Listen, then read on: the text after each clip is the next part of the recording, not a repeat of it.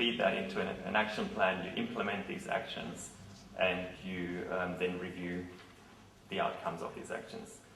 Now, unfortunately, with adaptation, I don't think it's that simple. There are a lot of reasons why that is the case. It's not a process you can go through step by step and end up with a particular outcome. Because, first of all, the environment you're operating is changing consistently, continuously. There is new data being made available on an ongoing basis, which influences, or which should influence your risk management process. So in the process of testing such an approach with councils, we then realized, look, there are all these different issues, such as dealing with projections. We're dealing with data ranges rather than fixed figures. For example, when you talk about temperature increase, you can't say, well, it's definitely going to increase by, the temperature is going to increase by 3 degrees over the next 100 years. That's just very hard to say at this point. So you have data that comes at different confidence levels. You have to take that into account. You may also have to look into more qualitative factors and impacts, especially when you talk about the social impacts of climate change, which are much harder to assess in terms of their quantity, but you may have to actually resort to qualitative factors there. But yet again, if you embark on a program, you commit resources to it, you will have to have some sort of measurable outcome. Otherwise, it will be very hard to even fit it into the broader context of how your council operates. So the challenge is to do all that and to take account of compounding impacts that reinforce each other. And what we've tried to do, which has been quite successful or quite useful for councils, is to look not only into risks, but also to look into opportunities arising from climate change. And I'm not just talking about an increase in agricultural productivity, which obviously would be a great opportunity, but also opportunities arising from you at council implementing such a climate change adaptation approach. So it's like while you go through a process of changing particular management processes and decision-making processes, working across units and so forth, there will actually be secondary opportunities or secondary gains from that may actually be quite fundamental. Yeah, so when we talk about adaptive capacity, and Wayne has referred to that, we're not just talking about trying to maintain a status quo, we're actually trying to use this opportunity of climate change impacts to improve our systems, to make them more fit or fitter for the future.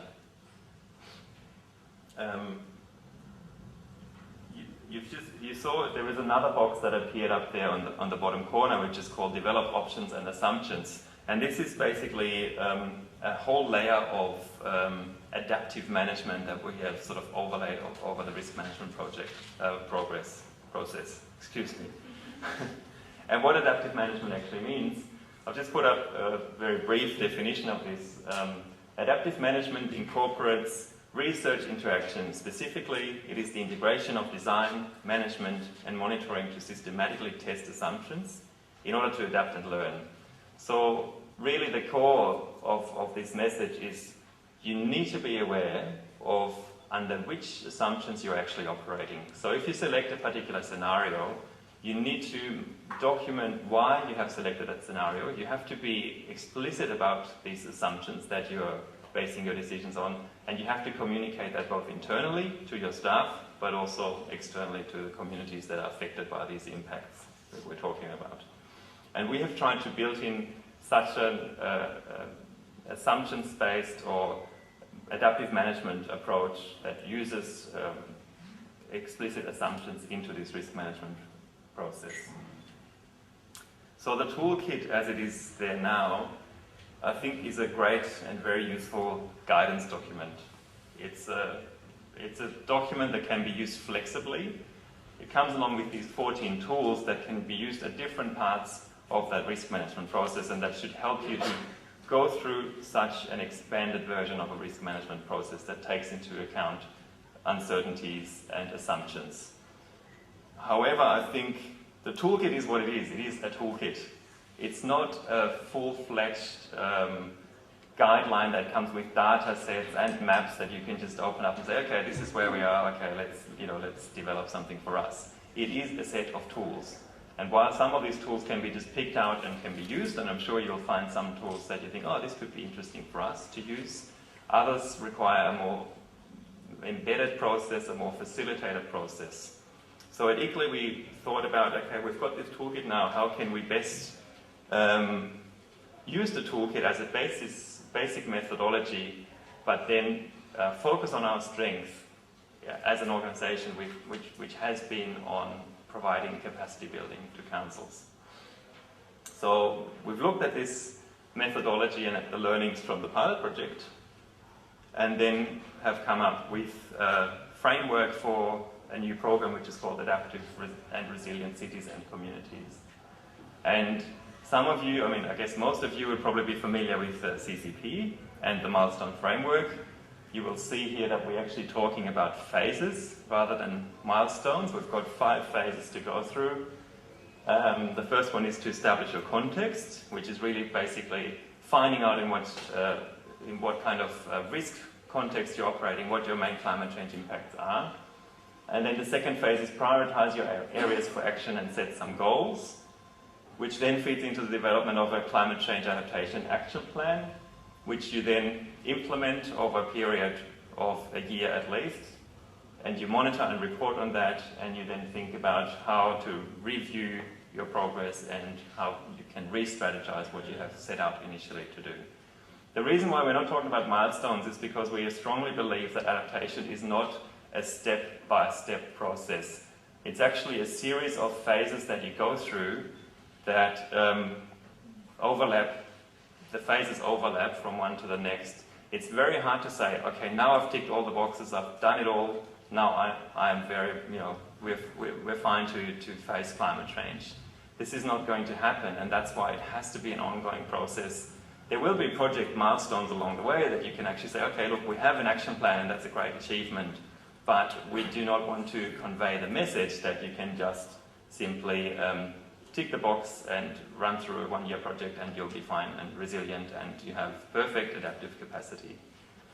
So at ICLEI what we will try to do in this program will be to populate these phases with capacity building input from our end. And we do that in the manner we have done it with CCP and with other programs, which is basically providing ongoing support to those members in council that work on this particular issue. And obviously, once you come to the end of this process, there isn't actually an end. You have to then look into revising your assumptions, because probably the data situation has changed quite a lot since you started out in the process.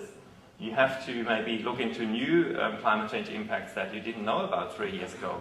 I mean, there's currently a lot of debate about, say, health impacts, which are still not fully assessed, and there's still a lot of development, and there might be new challenges for us ahead of us in a couple of years' time. So you would go through this process on an ongoing basis.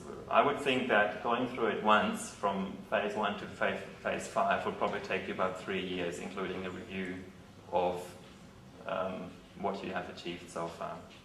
So we're quite keen to get councils to get involved with us for maybe a 1-year period where we can start building up this program into something useful. And I'm saying building up because we strongly believe that such a program has to be based on adaptive management principles, which means you cannot just be 100% prescriptive and say, this is how we're going to do it, now just join us and we'll take you through the process.